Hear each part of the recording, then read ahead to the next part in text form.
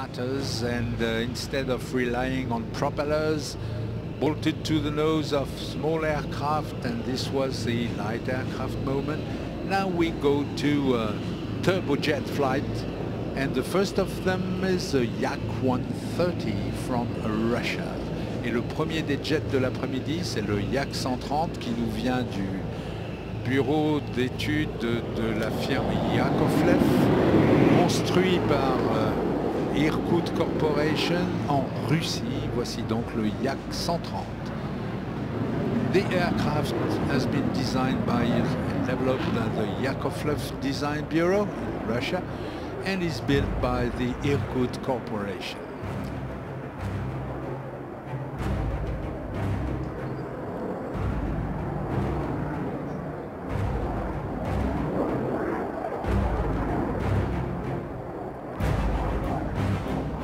Le Yak-130 est un biplace d'entraînement très avancé. À la limite, il est tellement avancé qu'on pourrait dire qu'il mord presque dans le domaine de vol sur les avions d'armes. Il pourrait devenir très facilement un avion d'armes, et d'ailleurs il l'est. Mais au départ, c'est quand même un trainer. C'est quand même un avion d'entraînement. C'est un biréacteur qui fait à vide. Il pèse pas tout à fait 6 tonnes. Il fait 5 tonnes 8 à vide. Et il a donc deux moteurs de 2 tonnes 5 de poussée, 5 tonnes de poussée au total. Pour un avion qui fait 5 tonnes 8 à vide, ça fait un rapport poids-poussée qui est pas loin de 1. Ça nous fait un avion qui entre facilement dans les générations actuelles en matière d'avions de combat. The power-to-weight ratio on this aircraft is very interesting, and this demonstrates that we are not looking at an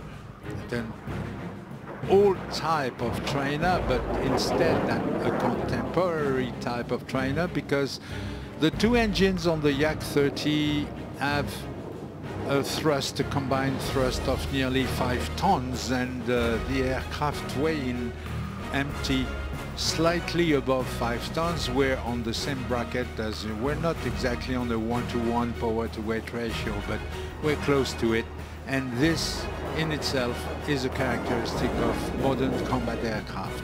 And so the Yak-130 is the forerunner for a pilot, for a trainee, is really the taste of things to come.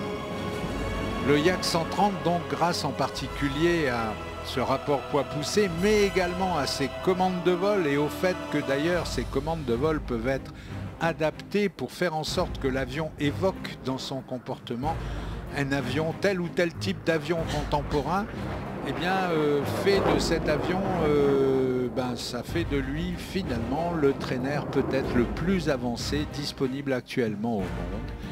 C'est en même temps un avion, regardez ce moment de suspension, l'avion arrêté dans le ciel. Look at that, we stop in the sky on the way up and the engines are still spooling, and on the way down after we do this tail slide, no problem, both engines are still on and breathing and pushing as usual.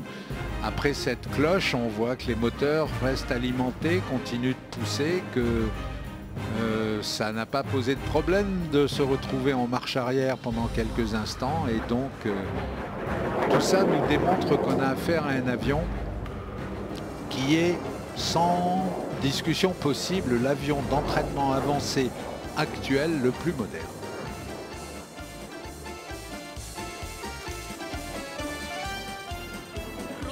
Qui nous fait voler cet avion? Eh bien, ils sont deux qui sont venus avec le Yak-130.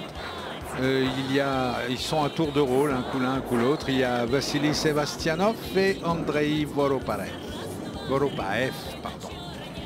qui sont donc venus nous présenter cet avion. Quand on regarde le Yak-130, on peut remarquer dans son architecture un certain nombre de choses intéressantes.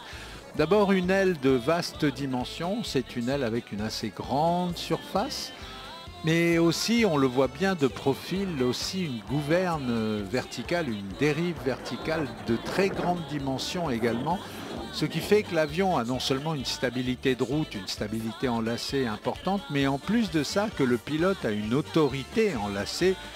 Il a au palonnier, il a une autorité importante qui peut lui permettre d'aller explorer des positions de l'avion dans le ciel en matière de combat aérien, ça peut et ça doit être important. Tout ça permet d'avoir un avion qui est extrêmement... Il est non seulement agile et manœuvrant, mais il est plus que ça. L'avion doit pouvoir permettre à ses occupants, à ses élèves pilotes d'aller explorer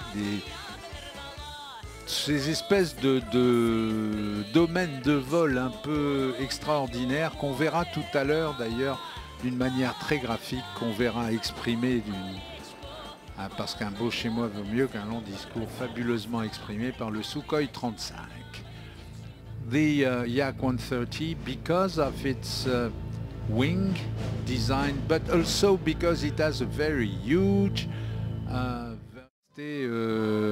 certain nombre d'avions de combat tout récents, y compris le T-50 de 5e génération.